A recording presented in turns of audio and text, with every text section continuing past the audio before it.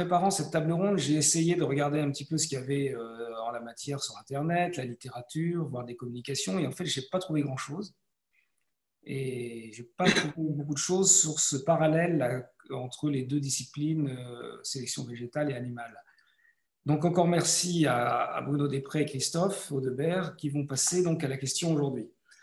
Première question pour les deux, alors je ne sais pas qui va commencer, mais la sélection génomique, c'est quoi en quelques mots? Qui est-ce qui prend la parole? Oh, moi, je peux peut-être commencer un petit peu, puis Christophe complétera. Euh, je pense que la sélection génomique, d'abord, c'est un concept qui est apparu il y a pas mal d'années, mais qui s'est mis en place qu'assez récemment. Enfin, si on peut dire que ce qui se met en place après l'an 2000 est récent, mais en matière de sélection, quand on parle de temps et de mise en place, on parle toujours quand même de laps de temps, de pas de temps assez important. Disons que la sélection génomique, c'est un petit peu la poursuite de l'évolution des schémas de sélection. On est passé à des sélections massales traditionnelles au départ, qui sont un peu améliorées d'ailleurs, notamment grâce à la sélection animale, qui a commencé à faire des hybrides des hybrides de races en vaches, sur lesquels l'amélioration des plantes s'est couplée. Après, on a beaucoup fait de sélection généalogique ou maternelle, c'est-à-dire qu'on étudiait les descendances, et on verra que c'est important de faire référence à cette sélection qui est née dans les années 1860, hein, donc on n'est pas, c'est pas tout jeune, où en fait on sélectionnait les plantes, les animaux d'après leur descendance. Et ça, c'est quand même ce qui est important à souligner, c'est que là, la révolution avait lieu avant les découvertes de Mendel, donc avant 1880, mais surtout avant 1900 et des balais, où on a commencé à retrouver ce qu'avait fait Mendel. Donc là, il y a eu une sorte de prédisposition des sélectionneurs de plantes, notamment ceux de la betterave avec Villemorin, mais d'autres, et puis qui ont fait une prévision pour l'avenir. Alors, tout ça, ça a évolué jusque dans les années 2000, où on a eu des nouvelles technologies. Alors, je devrais plutôt parler déjà des années 80-90, où on a commencé à marquer les gènes, à faire de ce qu'on appelle de la sélection assistée par marqueur. C'est-à-dire qu'on voyait un caractère en général simple, on trouvait un marqueur qui était lié à ça et on sélectionnait. C'est ce qu'on a appelé la sélection assistée par marqueur. Le gros problème de cette sélection-là, c'est qu'en fait, elle est bien utile pour des caractères relativement simples.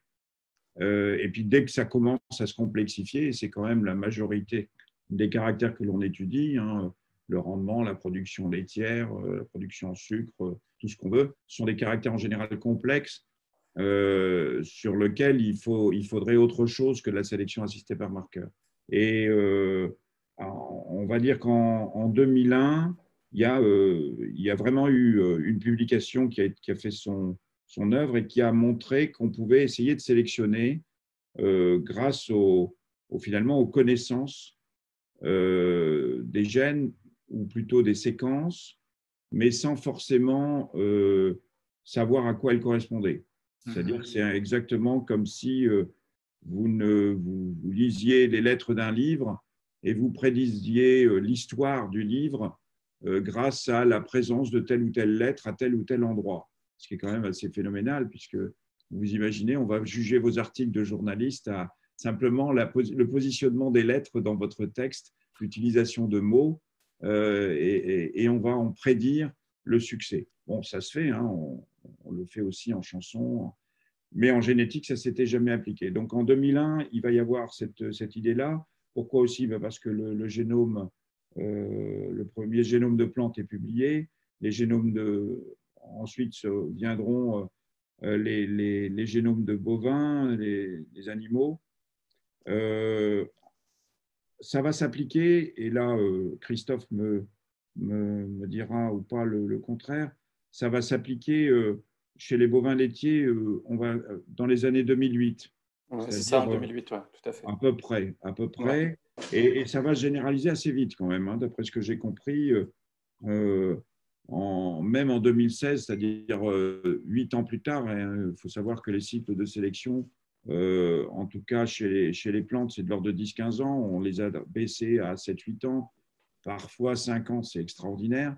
Mais disons que 8 ans après avoir des premières utilisations en grande échelle, c'est quand même pas mal.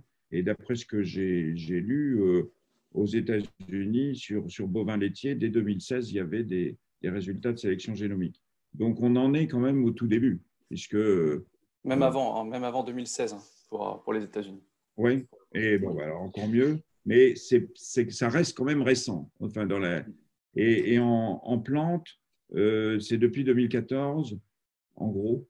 Donc, comme par exemple le citait tout à l'heure François Xavier, quand on a commencé le grand programme d'innovation Acker en betterave en 2012, ça n'existait pas. Ça n'existait qu'en publication. Et on avait eu l'idée de l'appliquer alors que ce n'était pas le cas.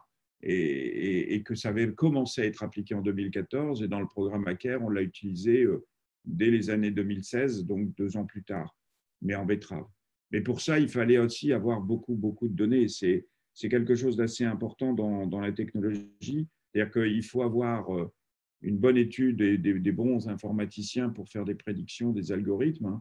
Vous imaginez quand même que l'homme, il y a 3 milliards de petites lettres comme ça à déchiffrer ou en tout cas à rentrer dans des formules. On n'est pas obligé de tout utiliser, on verra après. Mais la betterave, c'est 4 fois moins. Le blé, c'est beaucoup, beaucoup plus. Alors la vache, je ne me souviens plus. C'est aux alentours des 3 milliards aussi. Oui, donc une vache égale un homme. Mais bon, et quand on regarde la partie purement génétique, qui est souvent 3 à 5% du génome complet, c'est-à-dire, si vous voulez, les phrases dans le bouquin, le reste étant des lettres qu'on ne comprend pas toujours, c'est à peu près le même nombre chez les animaux que chez les végétaux. Il y en a moins chez les animaux. On va dire que c'est plutôt 15 à 20 000 et nous, plutôt 25 à 30 000, voire 40 000 parfois. Mais il y a une bonne raison, c'est que la plante ne bouge pas, donc a besoin de beaucoup plus de gènes pour répondre à son environnement. Ça va être important dans le raisonnement futur. Et tandis que l'animal a, on va dire, un gène qui lui permet de se balader et donc de changer d'environnement et de s'adapter à un autre environnement. Donc on voit qu'avec peu de réponses, on peut répondre à beaucoup de choses, alors que la plante, elle est contrainte par ces choses. Et donc dans la sélection génomique, on va utiliser toutes ces données et essayer de les prédire. Et je pense que dans l'application, les premières variétés végétales issues de cette technologie sont là, on va dire, depuis 1 ou 2 ans. D'accord. Par exemple, concrètement, il y en a sur quelles espèces? En betterave, il y en a ou dans d'autres Alors, espèces? la première espèce sur laquelle ça a été développé, évidemment, en laboratoire, donc ça, c'est pas très… C'est sur un Arabidopsis, mais la première vraie plante qui en a bénéficié, c'est le maïs. Alors, et c'était en 2014. Donc, nous, on est en 2018-19 sur la betterave. On a des débuts, non pas forcément d'application, mais de preuve de concept, parce que on le verra, c'est pas si facile que ça. Ça marche sur de la prédiction, donc ça veut dire beaucoup de choses. Ça veut dire sur quoi on se base pour faire les formules de prédiction, tout ce genre de choses est complexe. Et on verra, il y a une différence aussi entre les animaux et les végétaux. Juste quand même pour dire une chose sur le fait que ce soit venu peut-être plus vite sur les animaux que sur les végétaux. C'est la question que j'avais posée justement à Christophe. Ouais. Parce que, en fait, les plantes avaient fait un progrès que n'avaient pas fait les animaux. C'est que nous, on avait la possibilité d'aller de grain. En fait, le progrès se mesure par unité de temps, mais se mesure en fait aussi par génération. C'est-à-dire que si vous faites 2 générations, vous faites 2 fois le progrès. Et donc, si vous faites, prenons l'exemple du blé, si vous faites du grain à grain en 1 an, eh bien vous faites, mettons, 1% de progrès. Si vous réussissez à prélever le grain dès sa récolte, l'envoyer en Amérique du Sud et le semer en contre-saison et récolter 6 mois après le grain, vous pourrez faire 2 générations par an. Et faisant 2 générations par an, vous doublez le progrès et vous passez à 2%. Cette amélioration Parce qu'en fait, la sélection génomique, c'est bien pour ça, c'est pour essayer d'accélérer le progrès par unité de temps. Et donc, comme on fait des prédictions, on va pouvoir croiser et aller plus vite.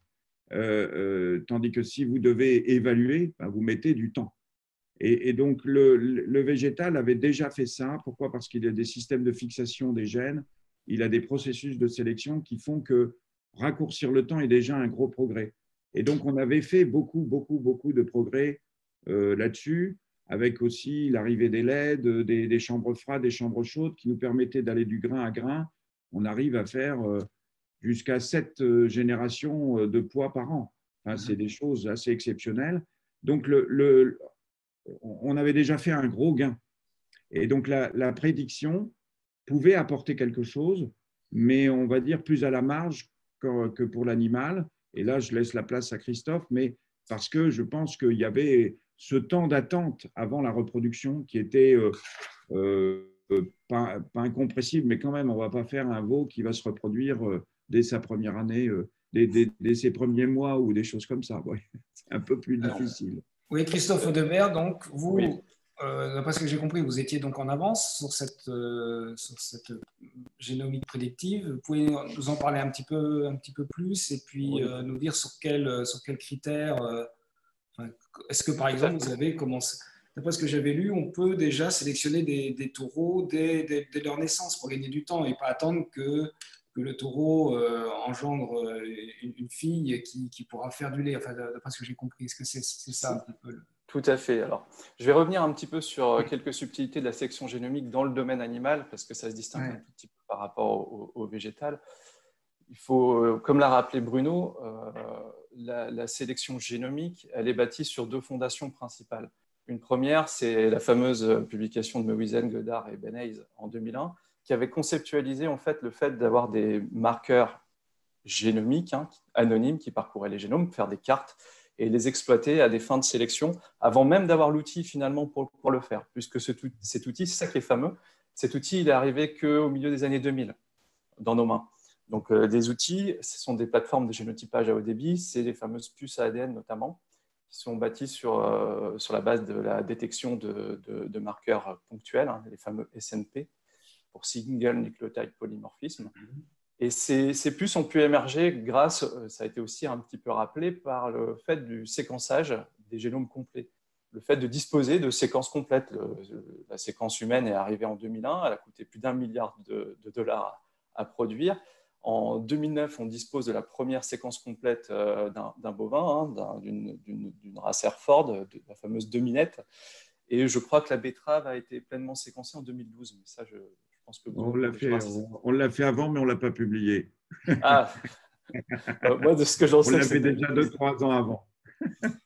Et donc, sur la base de ces deux concepts qui permet en fait de bâtir les fameuses équations de prédiction et la base de l'outil permettant de dresser les empreintes génétiques, qu'est-ce qu'on fait en animal? On dresse une population de référence, c'est-à-dire une population de calibration pour laquelle en fait, on a les empreintes génétiques à haute densité et des phénotypes à mettre en face. Donc, on caractérise cette population, c'est notre population calibrée, quoi.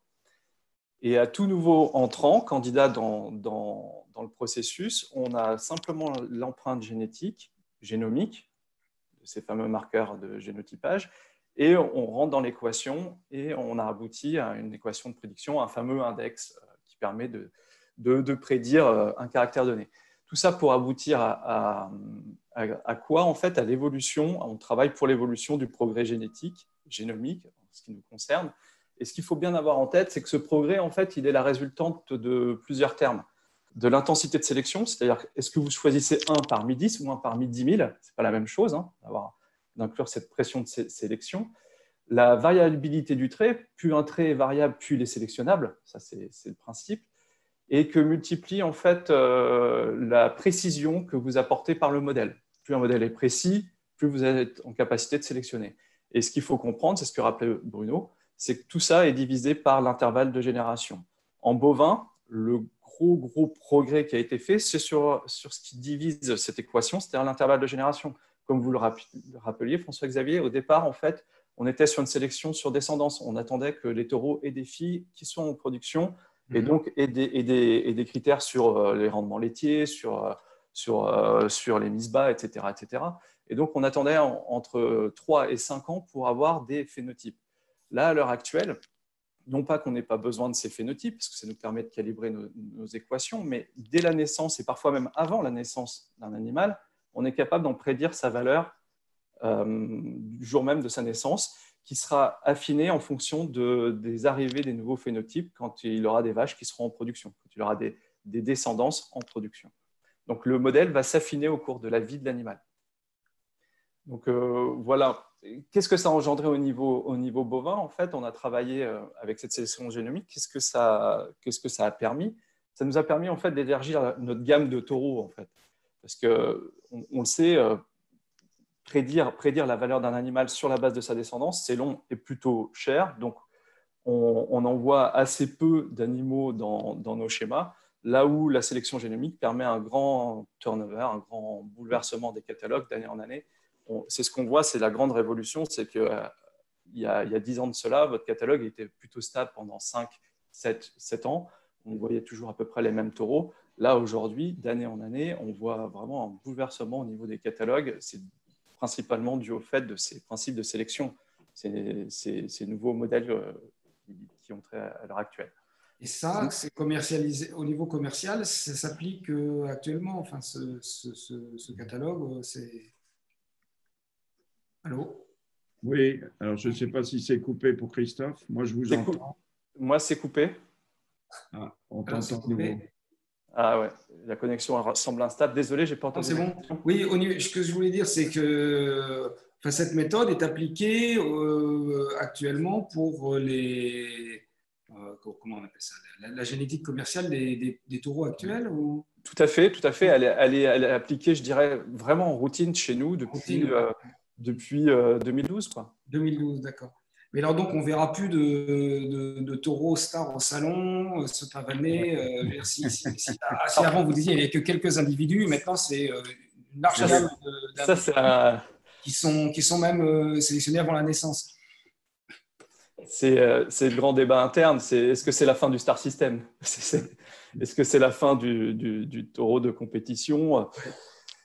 Oui et non, parce qu'il y a toujours des aficionados, des fans de concours, et c'est des personnes qui existent toujours et qui vont sur les rings et promouvoir les index de morphologie des beaux taureaux, etc., et en faire la promotion avec des noms, etc. Mais c'est vrai qu'on observe un changement autour. Là, c'est un changement de marché, en fait. Hein. On ne peut pas lutter contre le progrès génomique, quoi. Donc, pour le producteur laitier, la personne vraiment qui a envie d'avoir une mécanique, si j'ose dire, pour produire du lait, le star system, il s'en détourne au profit du progrès génétique.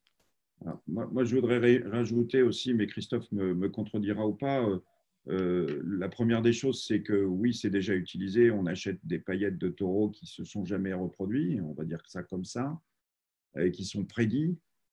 Par contre, ce n'est pas dans toutes les races parce qu'il faut quand même avoir des connaissances fortes et des populations de référence. Et c'est pour l'instant pas utilisé ou général. Une coupure? Allô? On a des problèmes de connexion. Pardon, c'est quand tu parles de réflexion aussi sur les star systems, il faut quand même aussi voir que les éleveurs achètent maintenant d'abord non plus une paillette, mais donc une paillette prédite, mais des paillettes prédites. Et puis il y a aussi une évolution, c'est qu'on commence à prédire depuis quelques années, et ça Christophe le précisera, mais le côté femelle, le côté vache, et donc on adapte le taureau aux vaches. Donc à la limite, chaque éleveur n'a pas forcément la même réponse. Alors, j'exagère parce qu'on ne peut pas se permettre d'avoir autant de taureaux qu'il y a de vaches, mais disons que dans un panel de taureaux réduits qui sont prédits en général pour leur valeur générale à la combinaison, on va dire qu'on va avoir une petite spécificité à la combinaison pour l'éleveur donné en fonction de son troupeau à lui. Donc, c'est un star system pour lui. C'est un peu plus compliqué quand même. C'est une très bonne précision. Non, il n'est peut-être pas mort. Peut-être pas mort. Mais oui, c'est bon. Oui, vous confirmez, Christophe? Oui, je confirme tout à fait. L'enjeu, c'est d'être capable, au sein des taureaux disponibles, en fait, hein, dans notre catalogue, par exemple, c'est comme ça qu'on procède actuellement, c'est de fournir, en fonction des objectifs de production quand même de l'éleveur, donc privilégier des caractères plutôt que d'autres, et s'intéresser aussi aux accouplements plutôt dirigés en fonction aussi du patrimoine génétique des femelles.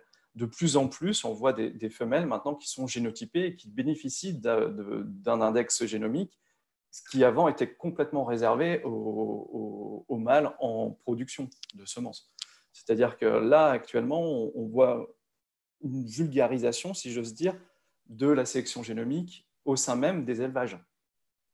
C'est-à-dire que là où, par le passé, si j'ose dire, on se contentait d'indexer nos mâles candidats au catalogue, aujourd'hui, il est proposé, par le biais de ma plateforme, mais d'autres aussi, d'ouvrir le système aux éleveurs eux-mêmes, ce qui nous permet en fait de faire les meilleurs croisements possibles. Alors, je pense que c'est une différence importante avec le monde végétal, c'est qu'en gros, quelque part, l'éleveur est aussi un peu sélectionneur. Il fait de la sélection participative d'une certaine manière, ou en tout cas, il participe à la sélection. Donc, du point de vue génétique. Par contre, il y a un point qui est important dans l'utilisation de la sélection génomique et dans l'utilisation de ces technologies, et surtout la manière dont on va les utiliser et la manière dont on va choisir les combinaisons ou les géniteurs pour aller sur le marché, c'est ce qu'on appelle l'effet de l'environnement. C'est-à-dire vous avez l'évaluation en fait de vos caractères, c'est le résultat de votre génétique, les résultats de l'environnement. Vous savez bien qu'il y a des années, si vous êtes dans un environnement favorable, vous allez plus produire que dans un environnement non favorable. Et puis, il y a évidemment l'interaction entre la génétique et l'environnement. Il y a des génétiques qui sont adaptées à des environnements et pas à d'autres, etc. Donc, il y a la génétique, l'environnement et leur interaction. Et il faut bien comprendre que du côté animal, l'environnement, il est beaucoup plus contrôlé. Il y en a moins et il est plus contrôlé. Nous, en végétal, il y en a beaucoup plus et il est moins contrôlé. Ça va nous amener d'ailleurs à la réflexion sur la deuxième partie de cette matinée, sur l'environnement et ce qui la compose. Mais on voit bien que, en gros, un agriculteur de grande culture, par exemple, va choisir, suivant l'endroit où il est, les conditions climatiques, donc sur des indicateurs d'environnement parmi un bouquet de variétés en choisissant la meilleure.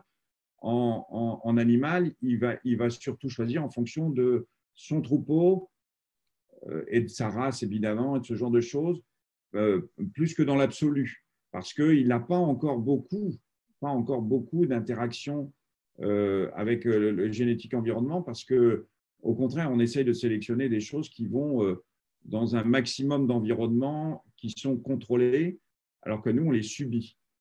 C'est une grosse différence. Sur la prédiction des performances, puisque en fait la génomique, c'est ça, c'est de prédire les performances, est-ce qu'il y a eu des progrès qui ont été faits sur justement sur cette prédiction? Est-ce que c'est fiable? Est-ce que c'est mesurable? Comment ça se passe du côté animal et végétal? Est-ce que, par exemple, on peut prédire à, je sais pas, à 80% de chance près que la vache fera 8000 litres de lait ou que sais-je? Oui, par exemple, là, vous citez les critères relatifs au rendement laitier, par exemple, ou à la production laitière. Ça, c'est des critères qui sont extraordinairement bien évalués par les systèmes actuels, en fait, principalement sur les grandes races type Holstein. On peut avoir ce qu'on appelle des CD, des coefficients de détermination, c'est-à-dire ce qui juge de la qualité d'un modèle, qui sont de l'ordre de 0,9, 90%. Donc ça dépend en fait du système de modélisation. Plus vous avez une population de référence avec un grand nombre de patrimoines génétiques qui sont intégrés avec un grand nombre de phénotypes, plus vous allez être précis. Et plus le caractère est héritable, plus il est sous la dépendance de la génétique, du fond génétique d'un individu, plus la précision est facile à atteindre. Donc, le rendement laitier, c'est quelque chose qui subit ces deux lois, en fait. On a très, très vite travaillé cette problématique-là, ça semble évident. Et donc, on a vraiment une grande population de référence, et en même temps, c'est un trait qui est plutôt facile à prédire, dans le sens où il y a de la variabilité de ce trait entre les individus, et c'est quelque chose qui est plutôt sous l'égide du fonds génétique, qui est largement héritable. Donc, c'est des choses qu'on prédit très, très bien à l'heure actuelle. A contrario, des critères de santé, la résistance à certaines maladies, ça, c'est des choses qui sont plutôt moins héritables en général et qui sont plutôt difficiles à prédire. Donc là, il faut encore augmenter les populations de référence. Et si j'ose dire aussi, à l'ère de la génomique, on a tendance à dire que le phénotype est roi. C'est ce qui est parfois coûteux à aller chercher et parfois difficile, puisque avoir l'étiologie d'une maladie infectieuse, c'est travailler des trousses diagnostiques, c'est préciser un diagnostic, et ce n'est pas forcément une mince affaire dans des fermes commerciales, par exemple. Juste pour terminer sur ce sujet, Bruno, au niveau végétal, la prédiction, sur quels critères? Je rejoins tout à fait, ça dépend du caractère et de son héritabilité. Alors, si on prend, je soulignerai juste qu'évidemment, il y a des caractères qui se prédisent mieux que d'autres. Le caractère de rendement, par exemple, est un caractère extrêmement complexe et en général, les corrélations de l'ordre de 0,60, c'est déjà très bien. 0,65, on en a obtenu comme ça dans Hacker. Évidemment, c'est dépendant de la population de référence qui vous sert à faire les formules. Je voudrais juste ajouter aussi, que si on prédit, par exemple, la teneur en sucre, je vais prendre l'exemple d'une betterave parce que les gens connaissent assez bien, c'est assez simple.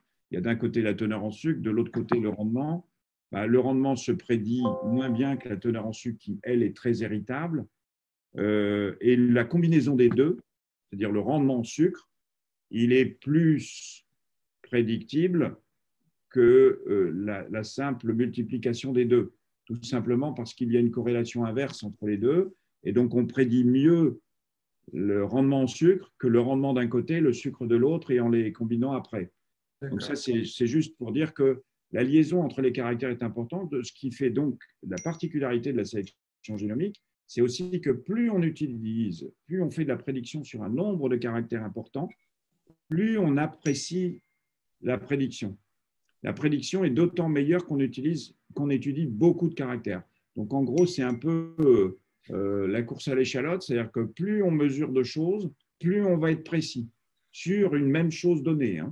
Je mesure la taille, je vais mesurer plein d'autres choses, les maladies, des trucs qui n'ont rien à voir. Plus je vais en mesurer, plus je vais améliorer la prédiction. Donc ça, c'est important. Et la deuxième chose, c'est quand même, on ne l'a pas encore dit jusqu'à présent, mais je pense que c'est le moment de le dire, c'est que cette prédiction, bien sûr, elle est dépendante de la population de référence et de la qualité des modèles mathématiques. Les modèles mathématiques, ils ont amélioré un peu, mais il y a aussi parfois un progrès mathématique, mais il faut 3 mois pour faire tourner la machine pour avoir le résultat, donc au lieu d'une semaine. Donc il y a une limite dans l'utilisation du progrès mathématique. Mais il y a aussi le fait qu'on doive refaire régulièrement ces équations de prédiction. C'est-à-dire qu'à force d'évoluer avec une population d'amélioration, et de l'autre côté, la référence qui marche moins vite, et à force aussi d'accumuler ces prédictions, les formules déconnent. Et donc, on prédit de moins en moins vite et de moins en moins bien. Et donc, on va devoir remettre à jour un peu régulièrement ces prédictions. Donc, on ne peut pas répondre dans l'absolu. Je prédis très bien, je prédis très bien à un moment donné, ça se dégrade, il faut que je le refasse tous les 3-5 ans, je refais les formules, après, c'est à déterminer. Et ça, c'est quand même important, c'est à dire, ce n'est pas une prédiction absolue non plus. Merci. Je voudrais peut-être maintenant, je vois que l'heure tourne, passer à la deuxième partie de notre débat. Alors là, j'ai appris un mot que je ne connaissais pas. Il paraît qu'on sélectionne maintenant un holobionte. Certains parlent donc aussi de deuxième génome, ceux du microbiote, qui remplit des fonctions importantes, par exemple sur la protection contre le stress hydrique ou contre les maladies des plantes. Donc, je voulais savoir comment fonctionne l'interaction entre les gènes des plantes et des animaux et ceux du microbiote du sol ou du rumen. Alors, qui veut commencer Priorité aux animaux. Priorité aux animaux. Oui. Allez-y. Priorité aux animaux et surtout aux ruminants qui sont des fantastiques biofermenteurs sur pattes, puisque un ruminant doit sa capacité de rumination justement par les micro-organismes qu'il héberge notamment. Donc c'est tout l'enjeu en fait. C'est au même titre que finalement le ver de terre peut être un auxiliaire de production du jardinier. On a changé un petit peu de paradigme. On envisage maintenant la vache comme un supraorganisme, c'est ce qui a été dit. C'est-à-dire non pas simplement comme une somme de gènes, ce qui définirait son potentiel génomique, mais comme une somme d'écosystèmes. Donc c'est ça qui nous a un petit peu bousculé ces dernières années et c'est ce qui intègre maintenant notre recherche et développement à plein régime, si j'ose dire aussi. Là, l'idée, c'est aussi d'être en capacité de prédire, nous, notre levier, il restera la paillette, hein, il reste la semence et ça restera ça, forcément. Mais c'est de voir dans quelle mesure, en fait, il y a un levier entre le génome et les micro-organismes qui hébergent notre cher ruminant. Et on s'est aperçu au fil du temps que certaines classes de micro-organismes sont tout à fait héritables. Au même titre que ce qui a été développé chez l'humain, hein, dans le fameux axe cerveau-intestin, et toutes ces études qui démontrent qu'il y a une prédominance malgré tout du fond génétique sur l'évolution de certaines classes de micro-organismes. Au niveau du bovin, c'est tout à fait ce qu'on observe. Certains micro-organismes sont héritables de l'ordre de 0,3, c'est-à-dire que 30% de leur poids au sein d'un écosystème est sous l'égide du fond génétique du bovin. Et il faut comprendre que dans les premiers temps, un veau fait l'apprentissage aussi de son système immunitaire par le tractus intestinal. C'est-à-dire que les bactéries qui peuplent son tractus intestinal éduquent en substance son système immunitaire. Et donc ça aura un poids pour son devenir. Que dire de plus sur le sujet? Évidemment, une vache, c'est comme nous, hein, c'est ce qu'elle mange. On est ce qu'on mange. Une vache, elle est aussi ce qu'elle mange. C'est-à-dire que le poids de l'alimentation a un poids fort sur ces micro-organismes, mais néanmoins, certaines classes resteront héritables. Et c'est ce qu'on voit aussi de manière assez fascinante au niveau du côlon hein, des ruminants, puisqu'il y a certaines familles bactériennes qui produisent préférentiellement des acides gras à chaîne courte, hein, les fameux acides gras volatiles. Ces acides gras volatiles vont être absorbés par la barrière intestinale et in fine, en fait, ça va provoquer une réabsorption de molécules d'eau. Donc, le lait est principalement formé d'eau, je ne l'apprends pas. Et donc, la meilleure manière d'hydrater une vache, c'est de jouer sur ce microbiote-là. Par chance, ce microbiote est héritable. Donc, par effet rebond, en jouant sur le microbiote, on peut encore trouver des leviers pour améliorer la production laitière, par exemple.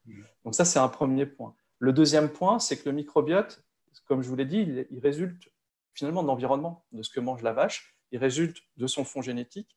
Et donc, c'est une nouvelle donnée biologique assez intéressante pour saisir un paramètre de l'équation qui nous échappe, puisque un caractère, un phénotype donné, il résulte quoi? Il résulte d'une matrice qui est le fond génétique, l'environnement et l'interaction génétique-environnement. Donc, cette nouvelle donnée biologique nous indique, nous intéresse sur cette interaction génétique-environnement. Oui, enfin, je comprends bien en fait que la vache hérite de sa mère le microbiote ou de ce qu'il mange, tout ça. Mais je ne comprends pas comment ça peut venir aussi d'une partie des paillettes qui vient du mâle qu'elle n'a jamais vu. Est-ce que c'est le cas ou pas? Tout à fait, puisque 50% des gènes de son veau seront pour partie provenant de la paillette. Et donc, ces gènes-là vont induire le microbiote qui se développera ou qui ne se développera pas. Vont favoriser certaines classes de micro-organismes. C'est certaines études aussi. On parle des gaz à effet de serre. On va parler d'agribashing aujourd'hui. Mais la flore méthanogène est en partie héritable. Donc, finalement, on a un peu de potentiel nouveau levier pour agir sur une moindre propension à avoir des émanations de gaz à effet de serre telles que le méthane. Les cyanobactéries, les flores méthanogènes, c'est des choses qui sont plutôt sous l'égide du fond génétique du bovin. Alors Bruno, les plantes, je crois aussi, elles ont un microbiote, mais là autour de leurs racines. Oui, alors juste peut-être une précision. Au départ, oui, il y a le microbiote des racines, mais pas que. Je pense que la vache n'est pas que le microbiote intestinal et la plante, le microbiote tellurique. D'ailleurs, tout est parti, vous allez peut-être le comprendre mieux sur l'homme, puisque l'homme, on s'est aperçu depuis pas si longtemps que ça, hein, que même si on en avait l'impression, que les microbiotes de la peau, donc les microbiotes cutanés, les microbiotes buccaux, les microbiotes intestinaux, bien sûr, mais aussi vaginal, mais aussi placentaires, qui ne sont pas les mêmes. Tout ça ont des rôles et des rôles non négligeables dans la santé. On est en train, il y a quand même pas mal de projets sur des maladies, y compris cérébrales, Alzheimer, Parkinson, ce genre de choses, avec la composition du microbiote. Donc l'influence des microbiotes n'est pas négligeable. Et je pense qu'il faut, c'est d'ailleurs ça qui a amené à des études un peu plus précises sur, pour nous, les plantes, le microbiote tellurique, bien sûr, mais vous avez aussi le microbiote de la semence. Quand on dit que la semence ne transmet pas autre chose que le patrimoine génétique du taureau, peut-être, mais pas peut-être uniquement. Et puis, il y a une partie, certainement hein, d'ailleurs, mais il y a une partie influence de toute façon. C'est pas négligeable. Vous savez par exemple qu'on hérite la moitié du génome du père, la moitié du génome de la mère. N'empêche que la plupart des gènes du père sont exprimés au début, c'est-à-dire que l'équilibre des deux patrimoines n'est pas le même au début de la vie qu'au milieu de la vie et qu'à la fin de la vie. Donc on a beau être le même génome, une partie s'exprime au début, pas la même au milieu et pas la même à la fin. Ça, c'est juste déjà pour dire que la génétique n'est déjà pas quelque chose de très stable. Donc vous vous renouvelez, mais aussi les microbiotes qu'il y a autour. Et donc le végétal que vous allez mettre en terre va bouger le microbiote tellurique du sol. Il va avoir une influence. C'est d'ailleurs une des raisons de la rotation, de ce genre de choses. Nous, on a une différence par rapport à l'animal, c'est qu'on peut rajouter du microbiote autour de la graine quand on peut faire de l'enrobage. Donc, on peut imaginer un jour sélectionner l'holobionte, comme on le dit si bien, c'est-à-dire à la fois le génome de la plante et le génome qui l'entoure, en apportant un équilibre nouveau, qui ne sera pas celui de l'environnement d'accueil. Mais bon, moi, je pense qu'il faut aussi distinguer quelque chose d'important. On a beaucoup parlé d'héritabilité, mais il faut distinguer ce qui est héritable de ce qui est transmissible. C'est un peu compliqué peut-être d'avoir ça en tête, mais vous pouvez transmettre des choses, mais qui ne le sont pas par votre génome. Vous pouvez, voilà, vous pouvez transmettre, par exemple, vous pouvez transmettre des bactéries de votre ventre à votre descendance, alors que vous ne les avez pas transmis par vos gènes. Vous les avez transmis par contact. Avec la Covid, je pense qu'on a peut-être oublié quelque chose, c'est qu'il n'est peut-être pas anodin de caresser quelqu'un. On sait que c'est toxique, mais on oublie de dire que c'est parfois utile pour le reste. Et donc, il y a un équilibre là-dedans. Et ça, c'est plus récent chez la plante, peut-être que chez l'animal. On parlait de flore intestinale avant. Maintenant, on parle de microbionte, mais c'était de la flore intestinale au départ. Mais ça, c'est quand même assez récent, pas forcément en termes d'existence et de connaissance de son existence et de son importance. Je parle des rhizobiums chez les légumineuses qui apportent de l'azote et compagnie. Il y a la symbiose, il y a les notions de compétition vis-à-vis des parasites, tout ça. On sait bien tout ça. Sauf que maintenant, on a des outils que sont le séquençage et on va pouvoir aller plus loin. On va pouvoir le caractériser et donc caractériser ce qui est héritable, ce qui est transmissible et ce qui est purement environnemental. Alors, j'ai bien compris comment ça fonctionnait, mais concrètement, j'aimerais bien voir comment ça se traduit dans les programmes de sélection. Alors, de sélection, bien sûr, bovin et sélection des plantes. Alors, est-ce que, au niveau, par exemple, des plantes, est-ce que les sélectionneurs vont agir sur la génétique ou alors est-ce qu'il faut simplement agir sur ce microbiote, sur l'enrobage des semences, par exemple? Pour l'instant, il n'y a quand même pas eu grand-chose de fait. Il y a eu des choses en ce que j'appellerais semences intelligentes, c'est-à-dire des choses où la semence enrobée a un véhicule contrôlé ça s'est joué plutôt d'ailleurs avec des macrobiontes que des microbiontes, c'est-à-dire plutôt des trichodermas, des choses comme ça, des parasites de parasites, ou des compétiteurs vis-à-vis d'autres qui empêchent les maladies par simplement occupation, on va dire, de l'environnement. Comme ils sont compétitifs, les maladies n'arrivent pas. Donc ça s'est fait. Ça se fait depuis pas mal d'années. Mais de là à jouer génétiquement sur ces deux parties, si on est là, c'est parce qu'en fait, on est en train de vivre plutôt cette révolution-là. Elle va naître maintenant, elle n'est pas encore née. Si tu n'as pas trouvé d'article là-dessus, c'est plutôt logique. Et du côté de la sélection animale? Du côté de la sélection animale, on y pense activement. Ça fait partie, je pense, de plusieurs programmes de recherche à l'heure actuelle, des nôtres, mais comme ceux d'autres équipes.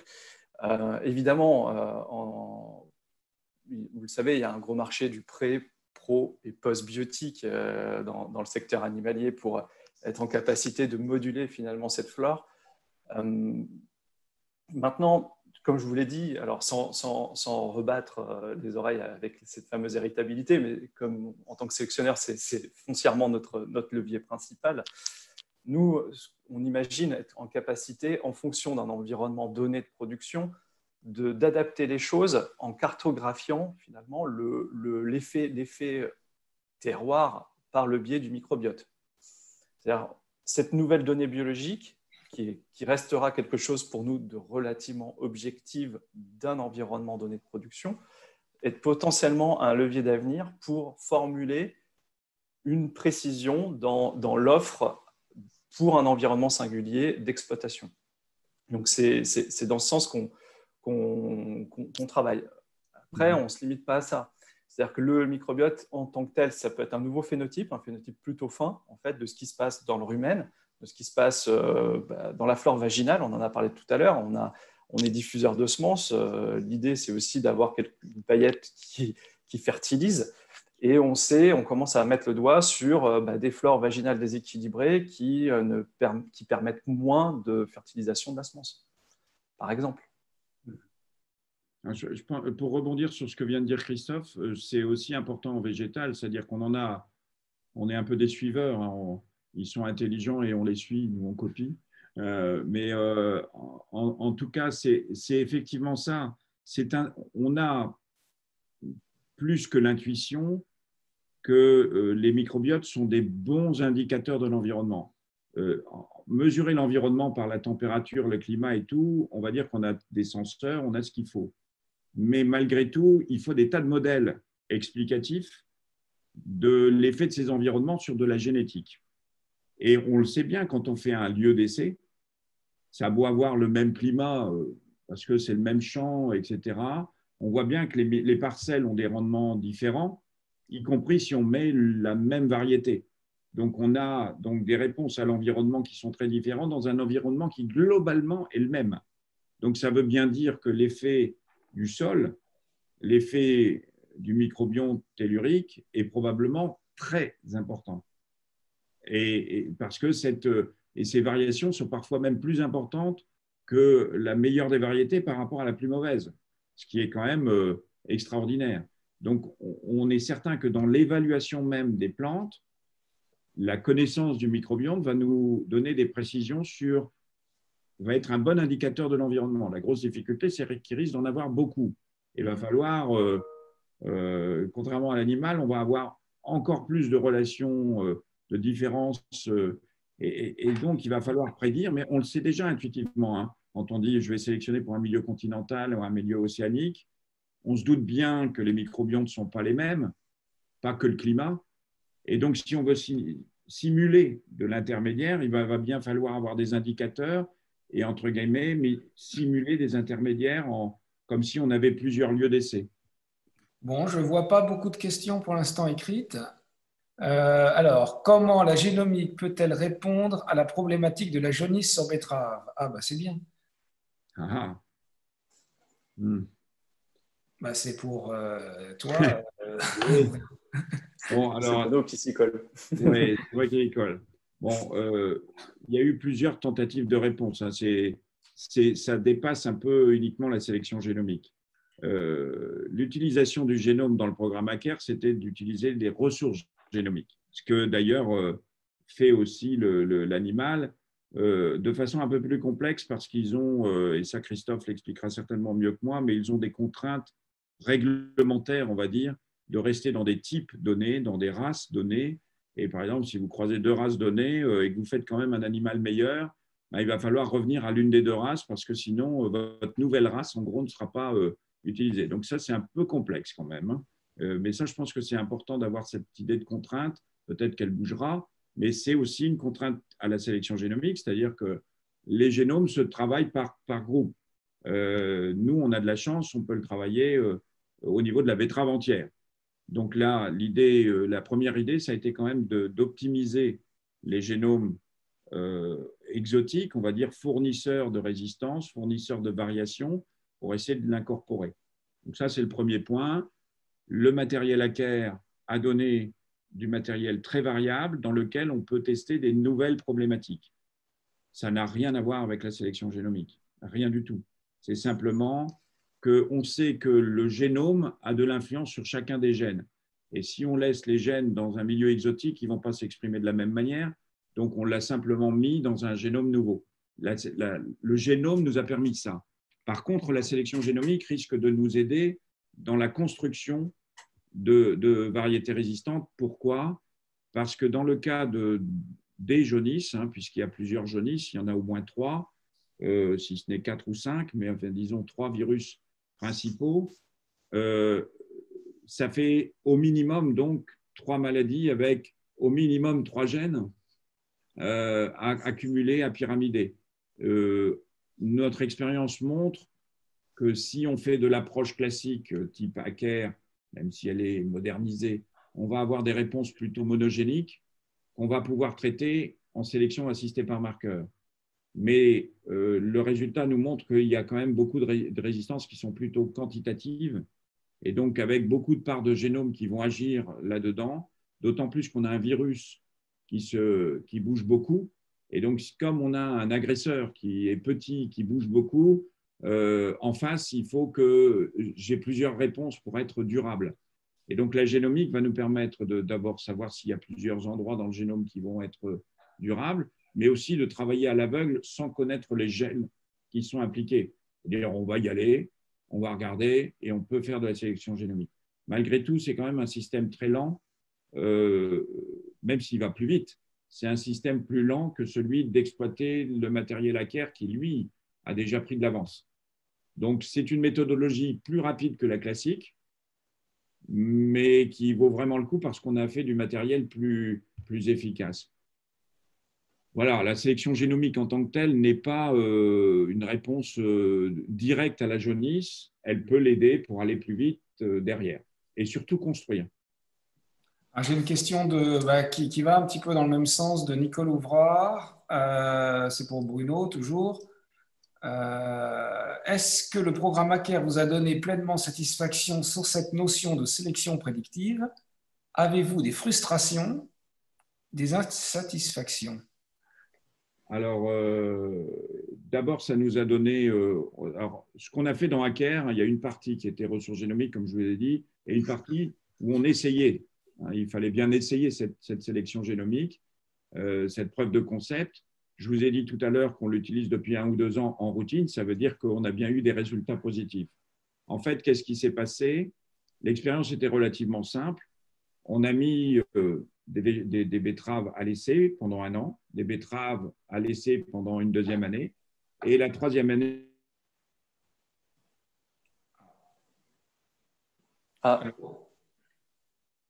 Qu'est-ce qui s'est passé la 3e année?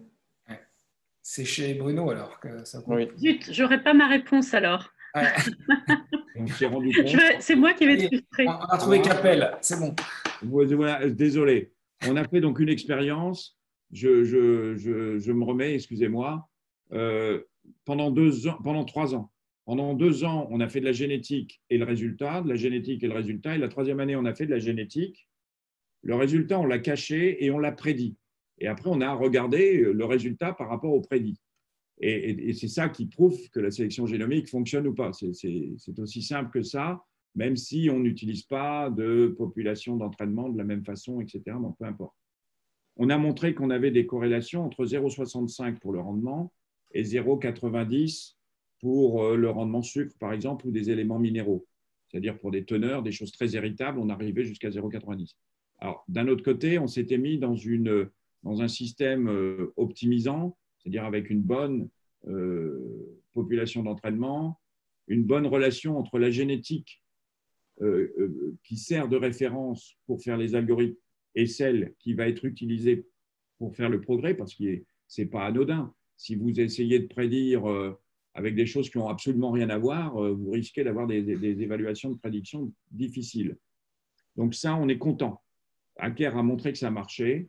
On l'utilise et on l'applique en sélection végétale depuis 2-3 ans. On a les premiers éléments qui arrivent sur les marchés. Je pense qu'on en fera. Mais on est prudent parce qu'on monte petit à petit. D'abord, on a un petit problème actuellement. C'est que, en gros, ou vous choisissez la sélection classique ou vous choisissez la sélection génomique. On n'est pas encore complètement à les utiliser ensemble. Ça veut dire que soit vous faites de la prédiction, soit vous utilisez vos connaissances. Et pour l'instant, c'est un peu difficile de cumuler les deux. C'est-à-dire d'avancer avec toutes les connaissances que vous avez, ou tous les gènes de résistance que vous connaissez, plus la sélection génomique au hasard. On peut le faire, mais en végétal, on n'est pas aussi évolué qu'en animal. On n'est pas encore à ce stade-là d'un pyramidage des deux notions, parce que ça modifie vos algorithmes de prédiction, ce qui est embêtant. Donc là, de ce côté-là, on est un petit peu, pas déçu, mais on a envie de progresser sur la sélection génomique, mais on sent qu'on a des limites aussi parce que sur le côté, on a fait des tas de progrès et qu'on voudrait incorporer. Donc, on a encore une version 2, on va dire. On a envie d'avoir cette version 2 qui cumule tout ce qu'on a accumulé comme connaissances, comme endroit du génome, comme sélection. Mais là, Christophe peut peut-être faire une remarque parce que lui, il en est à un stade un peu plus élevé. Alors, j'ai justement une question pour Christophe Audebert, celle d'après. Aussi, est-ce que le prix de dose de semences de taureau a baissé grâce à la génomique, vu que les programmes coûtent moins cher? Et pour les semences végétales, peut-on attendre aussi des baisses ou des hausses de coûts grâce à la génomique? Alors d'abord pour les semences de taureau. Pour les semences de taureau, oui. Alors effectivement, sur le papier, l'une des promesses de la sélection génomique, c'est de diminuer les coûts de schéma de sélection. Alors comme je l'ai dit tout à l'heure, en fait, le gros problème de cette affaire-là, c'est qu'on travaille, et ça fait relativement consensus, sur la maximisation du progrès génétique. Donc, comme je l'ai dit, il est sous l'égide de l'intensité de sélection, de la pression de sélection qu'on va mener. Et là, actuellement, par rapport au passé, à l'avant-sélection génomique, on a intensifié cette pression de sélection. Clairement, en fait, des candidats potentiels qui vont agrémenter notre futur catalogue, la base de sélection, elle est 10 fois plus étendue que par le passé. Donc, on n'a pas pu constater réellement, et ce n'est pas vraiment une réponse corporate, mais on n'a pas pu constater de baisse de coûts significatifs de la sélection. Donc, cette promesse sur le papier, en fait, finalement, elle ne s'est pas matérialisée tout à fait concrètement, puisqu'on on a cette course un petit peu à l'échalote de maximisation de ce fameux progrès génétique, finalement. Donc, tant qu'on en est sur ce registre-là, c'est vrai que les coûts de schéma, ils ne se sentiront pas impactés par la baisse significative de ces coûts et ça ne sera pas répercuté au niveau de la semence nécessairement, quoi. En végétal aussi, je confirme. Tout simplement, il y a une adéquation qui est en fait très simple. Vous avez un outil qui est plus performant que l'autre. Mais qu'est-ce qui coûte cher? En fait, c'est toute l'évaluation qui coûte cher. Vous avez une évaluation qui coûte en gros 10 fois plus cher que tout ce qui est génétique. Là, vous allez augmenter la partie génétique, ça va vous coûter un peu plus cher, mais ça ne coûte que 10%. Et pourquoi vous allez le faire? Pour en fait prendre des populations plus grandes, pour ne mettre dans l'évaluation pas moins, plus efficaces, c'est-à-dire des choses qui sont meilleures potentiellement. Donc la partie évaluation, elle reste la même. Donc en gros, vos budgets restent les mêmes. Par contre, vous êtes plus efficace. En fait, c'est logique. Vous avez un moyen d'être plus compétitif à budget constant. C'est ça que les gens recherchent. Ce n'est pas diminuer le budget, c'est d'être plus compétitif. Ok. J'ai une question de Laurence Campariol du CNIS. Y a-t-il une réglementation qui encadre l'utilisation de la génomique? Est-elle considérée comme une sélection classique? Oui. La réponse est très claire, c'est classique. C'est oui. Oui, parce qu'en fait, il n'y a pas de transfert de gènes et voilà. Non, il n'y a pas de transgénèse, il n'y a pas tous ces terminologies qui font un peu peur. C'est une sorte de diagnostic à grande échelle. Hein. D'accord. Okay. Ça n'est que du diagnostic et de l'aide à la sélection. C'est exactement ça. Quand on a dit au départ, c'est de la sélection assistée par marqueur, un peu améliorée, mais c'est ça, c'est vraiment du diagnostic généralisé qui vous aide. Donc, est-ce que il y a une réglementation sur les diagnostics? Chez l'homme, oui, et encore, pas toujours. Mais en tout cas, chez le végétal, et je ne pense pas chez l'animal, au contraire, plus il y a de diagnostics, on est même plutôt poussé à faire du diagnostic. D'accord. Une question de Mme Perrault, donc à tout le monde. À qui appartiennent les modèles mathématiques de prédiction? Vous les achetez, vous les développez en interne? Comment ça se passe? Moi, je peux répondre à une partie, c'est-à-dire que, bon, de toute façon, il y en a des publiés. Il y a en fait, je parle dans la façon de faire les formules. Mais une formule ne vaut que quand elle est liée à un matériel génétique. C'est-à-dire qu'en gros, si je regarde mon concurrent KVS, il est ceux, peu importe, ces concurrents ont leur propre formule, non pas sur la façon de faire la formule, mais sur l'application à leur propre matériel. Ma formule sur leur matériel n'est pas sûre de fonctionner. Parce que, encore une fois, vous vous souvenez, on a une population d'entraînement qui nous permet de mettre au point les formules de référence qui vont s'appliquer.